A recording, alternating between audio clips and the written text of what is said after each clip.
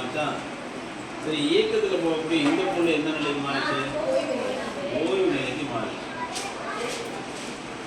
அப்போ ஓய்வில் இருக்கக்கூடிய ஒரு பொருள் இயக்க நிலைக்கும் இயக்கத்தில் இருக்கக்கூடிய ஒரு பொருள் ஓய்வு நிலைக்கு மாறுறதுக்கு நம்ம கொடுக்கக்கூடிய செயலான தள்ளுதல் இழுத்தல் அந்த செயல் தான் என்னது?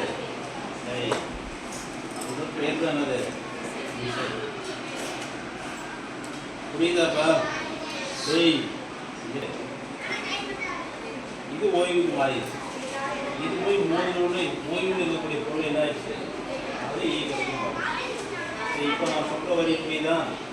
ஓய்வில் இருக்கக்கூடிய ஒரு பொருள் இயக்க நிலைக்கும் இயக்கத்தில் இருக்கக்கூடிய பொருள் ஓய்வு நிலைக்கு மாறுறதுக்கு நம்ம செயல் கொடுக்கணும். அந்த செயல் தான் என்னது?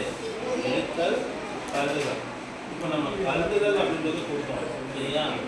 ஆனால் இது இயக்கத்தில் இருக்கிறது திரும்பி ஓய்வுக்கு மாறுறதுக்கு இது மேலே பட்டோட இது என்ன பண்ணும் அப்படின்னா இதை தள்ளும். தள்ளுறதுனால தான் இது என்ன பண்ணும்? நீக்கம். சரியா? இந்த செயல் நிகழ்வு முறைக்கு தான் விசை அப்படின்றது. சரியா? ஷார்ட் அப்படின்னு சொல்லுவாங்கன்னா தள்ளுதல், இழுத்தல் அப்படின்னு சொல்லுவாங்க. ஆனால் நம்ம சயின்டிஃபிக் படி அறிவியல் படி எப்படி சொல்லலாம்?